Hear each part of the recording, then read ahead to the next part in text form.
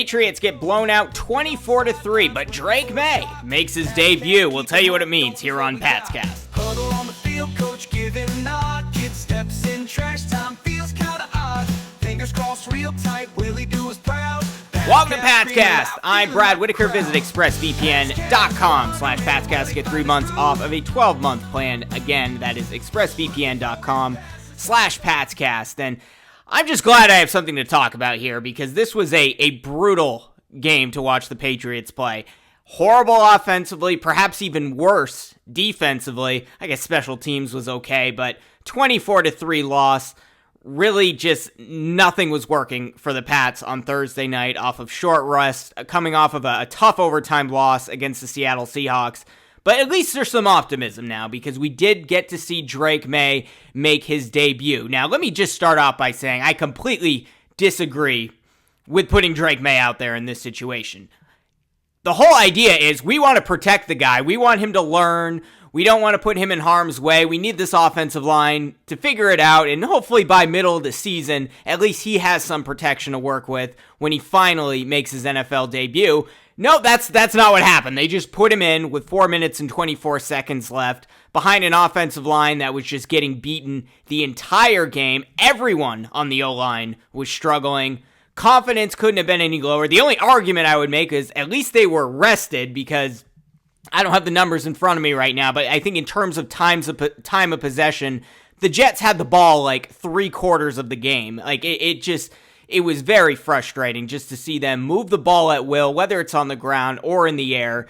And then the Patriots come in and it's 3 and out, or they get 1 first down, and it looks like they're driving, and then penalties set them back. Just a very frustrating game overall. But that's not the situation I envisioned for Drake Maye's debut. And overall, like he didn't look terrible out there. Yeah, he made some mistakes. He was looking to his left, I think on the silent count or something was happening there. Managed to catch the ball and throw a nice pass to Demario Douglas. He took a couple sacks as well, had a bad throw to Demario Douglas, almost had an interception on his first throw in an NFL regular season game. So yeah, he made his mistakes, but at least when Maye was out there, they were moving the football a little bit, and he's able to do things, escape the pocket, make plays with his legs, even if he was escaping the pocket prematurely on that 1 first down run that he had. I think he did. He just brings something there that Jacoby Brissett does not. And, I'll get to the rest of the game in a minute because it was very frustrating. But at least to seeing Drake Maye out there in that situation, playing with the ones, and going no huddle, something that he really has struggled with, running the 2-minute offense throughout training camp. Overall, looked like he had pretty good command out there. Again, it was garbage time, didn't mean much. The defense was probably playing soft. They still had 2 sacks when Maye was in there. He was getting pressured like crazy. 4 of 8, 22 yards. Did have 12 yards on the ground. But it was at least more positive than what we were seeing with Jacoby Brissett. So what does this mean, though? Because Drake Maye now, has played in an NFL game, even if they were meaningless minutes. Thank goodness he didn't get hurt, because then my argument of not putting him in the game in this specific situation would have made complete sense. But okay, fine. It worked out. He didn't get hurt, even though his helmet literally came off when he was sacked on the last play of the game. He didn't get hurt. Glad he got the experience. Should he be out there week 4 against San Francisco? 10 days rest. I'll get to that in a little bit, but let's get to the game first. Overall, 24-3, Aaron Rodgers had 281 passing yards, was just picking apart the Patriots all game, and the Jets' rushing attack had 133 yards on the ground, pretty much evenly split, 54 and 55 yards each for Braylon Allen and Breece Hall. And then, of course, Aaron Rodgers out there just having a terrific game overall, really extending plays with his legs. It's not like the Patriots defense wasn't getting pressure. It's just they were on this field for so long. They were so tired out there, and it looked like there were a lot of holes, particularly at the linebacker position. Now that they don't have Bentley out there, they just couldn't keep up, even with 40-year-old Aaron Rodgers out there. And they were just fatigued that entire game, and the Jets were able to run the ball, throw the ball at will, and it was some real struggle. It was a real struggle session there for the Patriots, and a tough introduction for Gerard Mayo coming off of the high of week 1, coming off of week 2 where you at least felt pretty good about the team sticking with the Seahawks, nearly winning that game. But just today was awful. And Gerard Mayo's body language, I have to say, on the sideline, whenever we saw it on the Amazon telecast, never looked good. He was rolling his eyes often. It wasn't the stone cold Belichick face that we're used to seeing. And I'll be interested to see, Gerard Mayo's had this reputation, being friendly with the media, answering every question a little too much. Is that going to start changing? We knew this. Once the Patriots begin to struggle, are we going to see a different Gerard Mayo out there? And I think we at least saw a different Gerard Mayo on the sideline. But really tough game overall. The Patriots only had 40 total yards in the first half, and 12 of those yards came on a nice chunk play just before halftime. So really they had like 28 yards in the first half, other than when the defense was playing soft at the end of the half.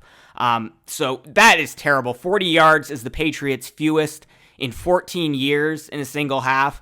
And just also not a lot of creativity on the offensive side. It was good to see that they had more screens. They ran play action a lot more. They loved that orbit motion with Demario Douglas, but we're still seeing the receivers running these long routes as if Jacoby Brissett's going to have any time to throw the football to them. And instead of, like I said on the last podcast, really stressing the quick game, slant routes, middle of the field, getting rid of the football quickly, making it easier for their quarterback. So even if you have a bad offensive line, the defense doesn't have time to get to you. They weren't doing that at all. And when they have tried to do that this season, it's worked pretty well. And there were a few plays that, slants up the middle, that did work today. The play at right before halftime, Demario Douglas had a few catches when you were running those quick routes. I'd love to see them do that more, and I just don't know why they're not doing it. But not a lot of creativity on the offensive side. The offensive line was horrible across the board, and defense out there just had a hard time tackling. Really struggled all game, and then when they got fatigued, it was basically over. And then the Jets defense, they blitzed on 40% of the Patriots dropbacks, and with that offensive line, it's not going to work very well. But it's not just the O-line, and I know the O-line is the main problem, and that's the reason this team really struggled today, but everyone struggled. Let's start with Jacoby Brissett.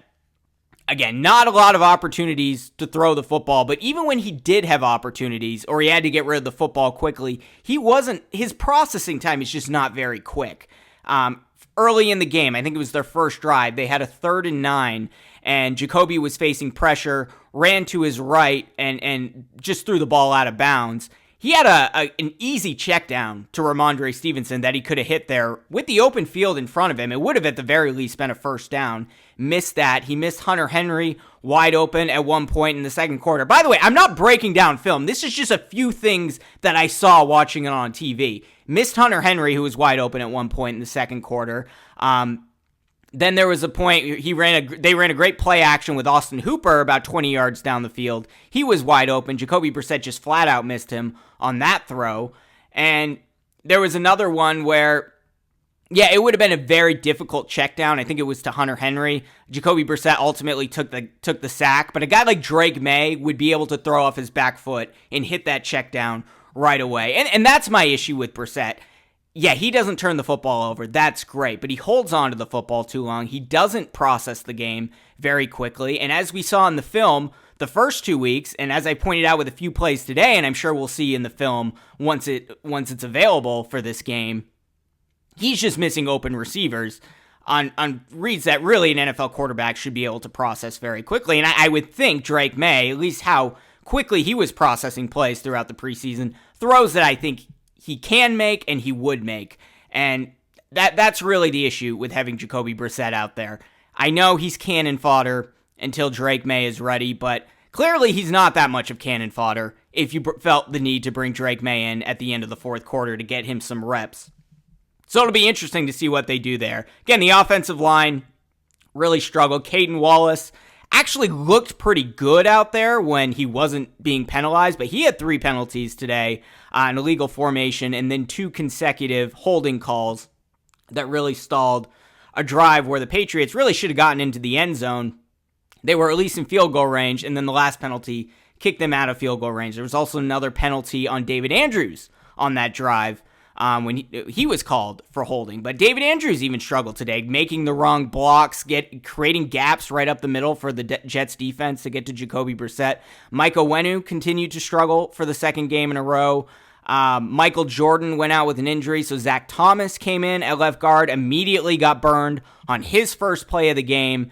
And then just the running game. Ramondre Stevenson really couldn't do much today. Patriots, they did have 78 yards rushing, which is better than I thought, but 12 of those yards came off of Drake Maye in garbage time. So in reality, they had like 66 yards rushing, 29 with Gibson and 23 for Stevenson. They only had 11 carries total between the two of them, but that's because the Patriots fell behind early and they couldn't really go to the run game like they always game planned for.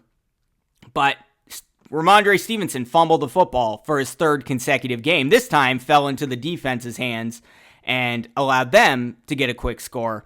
That's an issue with Stevenson. He might be the best player on the team, certainly the best offensive player on the team, but you can't be fumbling every single game, and eventually that's going to come back to bite you, and it did today, although the game was lost anyway. So hopefully that's all of Stevenson's fumbles. He's gotten them out of the way. But I think the real story coming out of this game is the defense.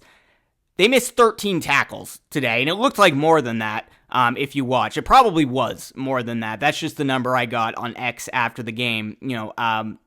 Marco Wilson was inactive after he struggled the last couple of weeks. Alex Austin filled in for him, and I think he eventually got hurt, but he got put on skates by Lazar, allowed a touchdown.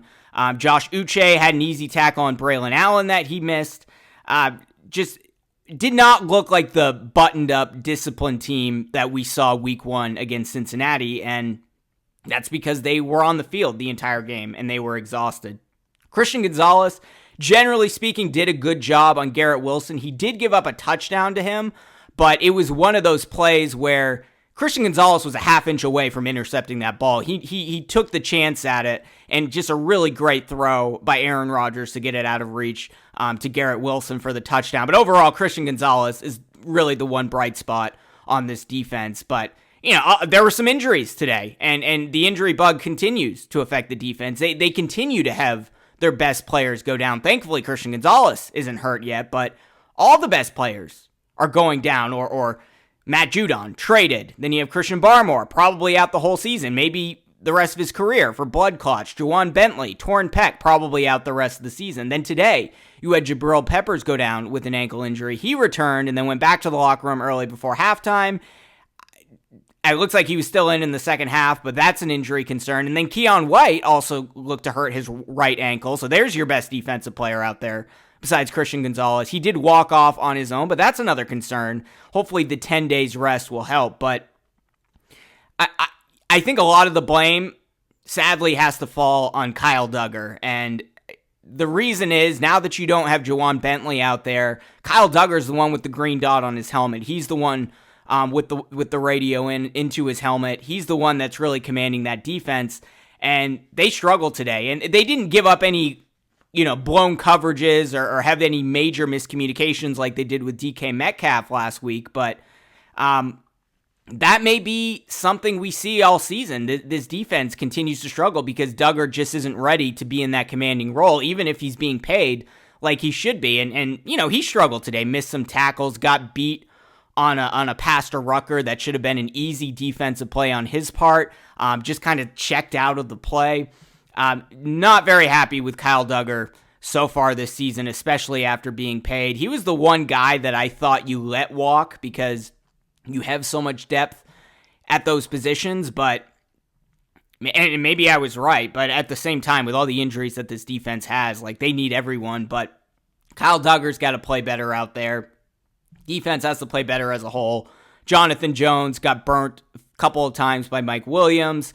Marcus Jones, have to see how he ultimately performed, but it looks like he got beat a couple of times. And yeah, Patriots can shut down the number one wide receiver out there. Christian Gonzalez is that good, and when you put him on the number one guy, he's taken out of the game. But it's up to Jonathan Jones, Marcus Jones, and company to take care of the rest, and that's why Jackson Smith and Jigba had such a big game for Seattle last week. And that's why their core receivers, besides Garrett Wilson, also had a good game. So thankfully the Patriots have 10 days off here. They unfortunately have to go on the road to San Francisco, and we know that's probably a loss, but if they can keep it close, like this is moral victory ground that we're in right now. A close game against San Francisco is a moral victory, in my opinion, and hopefully they can button up, get a little healthier over these next 10 days, and be ready to head out west for that tough matchup. Now, the question is, who do you start at quarterback? I would have to say right now it probably is Jacoby Brissett. I haven't watched Drake Maye's post-game presser in full. I've just seen tweets come in as I'm filming this right now. But basically he said about Drake Maye, it was good to get him in there with some first-team reps. But I saw another tweet come in. Sorry about that. So, Jacoby Brissett says he still feels he's the starting quarterback. That's what that tweet said. So it's probably not ruled out at this point that Drake Maye might start in 10 days. Who knows? But something has to change out here. Something has to change. And yeah, I like that Jacoby Brissett doesn't turn the football over. I like that he's cautious and he's conservative in this tough offensive situation that he finds himself in. But you just got to get the athletic quarterback out there who might make more mistakes, but ultimately is going to give you a number of chunk plays each game, is going to be able to escape the pocket a lot quicker, make plays with his legs. And as we saw with Aaron Rodgers, it's not like the Patriots defense wasn't getting to him. You just need that extra element. And Aaron Rodgers is 40 years old. He's never been a fast quarterback. He's never been the most athletic quarterback in the league. But his ability to quickly get out of the pocket, extend plays with his legs, that's the type of stuff you need in the modern NFL, which Drake Maye brings to the table, and Jacoby Brissett has done at times this season, which has been surprising, but it's just not on the same level as a guy like Drake Maye, and you drafted him for a reason. He's had 3 weeks now. I say you get him ready. You have 10 days to prepare for the San Francisco 49ers. You're probably going to lose the game anyway, but this would be a good way to really draw up a nice game plan. Look at what Minnesota did last week against San Francisco that was so successful. Watch San Francisco's matchup this week. Draw up a game plan that's ultimately going to work for Drake Maye so he can get comfortable out there. Bubble screens to Pop Douglas, which finally they utilized a little bit today. Screen passes, quick slants up the middle that I don't know why they don't run. It's one of those things that tends to work at a higher percentage than any other route. And I'm not just talking about playing Madden, I'm talking about real football. The type of plays that Brady had when he was going up against a tough pass rush, be able to check the ball down quickly, be able to get rid of the football in a half a second, that's what you need to write up for Drake Maye in the next 10 days and get him ready to go out there. Again, I'm not saying it's going to happen, but I think the question is open now, and Jacoby Brissett just hasn't been good enough, and that's the issue. He's not processing the game quick enough. He's not finding open receivers. Even watching it in real time, I'm seeing guys open that he's staring down and not throwing them the football because he's sensing the pressure. Drake Maye's ready in the sense that he never had a good offensive line in college. He's better equipped to deal with this tough offensive line and then go from there. I think now is the time to do it. I've been kind of circling that Week 5 game against Miami, but if you're not going to put him in now with 10 days rest, coming off of this game where Jacoby Brissett really did struggle, then you might as well just sit him until at least midway through the season, or just sit him the entire year, because you're not going to find a better situation than this for a number of weeks to bring Drake Maye in. 10 days to get ready. I know it's a tough opponent, but make it as easy for him as possible, get his feet wet a little bit, and let him improvise out there when the play breaks down, which it will happen many times against San Francisco. But again, even if it's Jacoby Brissett, you got to draw up some of these quick plays and just make sure he has the ability to get rid of the football quickly, because we know whoever's playing quarterback back there is not going to get any time the rest of the season. And yeah, maybe there's things you can do. Maybe you can move Owenu back to right guard. He's been struggling at right tackle the last couple of games. Hopefully Sidney So gets healthy soon. Maybe Cole Strange will be back at some time this season. Caden Wallace, if he cannot get penalized so much, he doesn't seem that bad at left tackle. I think you might have something there. Or you move him to right tackle and then figure out the left side some other way. there's a lot of things they can do to kind of patch up the offensive line, but overall, this is not going to be great. And even today, they weren't run blocking the way they were the first 2 weeks of the season. So I say you either play Drake now, week 4 at San Francisco, and ride it out the rest of the year. You just sit him. Sit him for till the end of the season or for the rest of the season and do it that way. But I just didn't understand bringing him in where he was at high risk of getting injured and had his head taken off the last play of the game. It was a tough introduction to the NFL.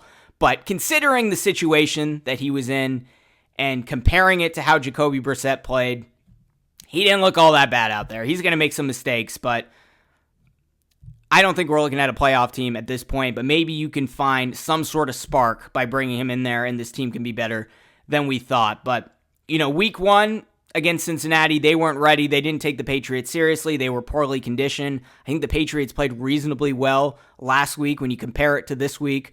But today, they are who we thought they were.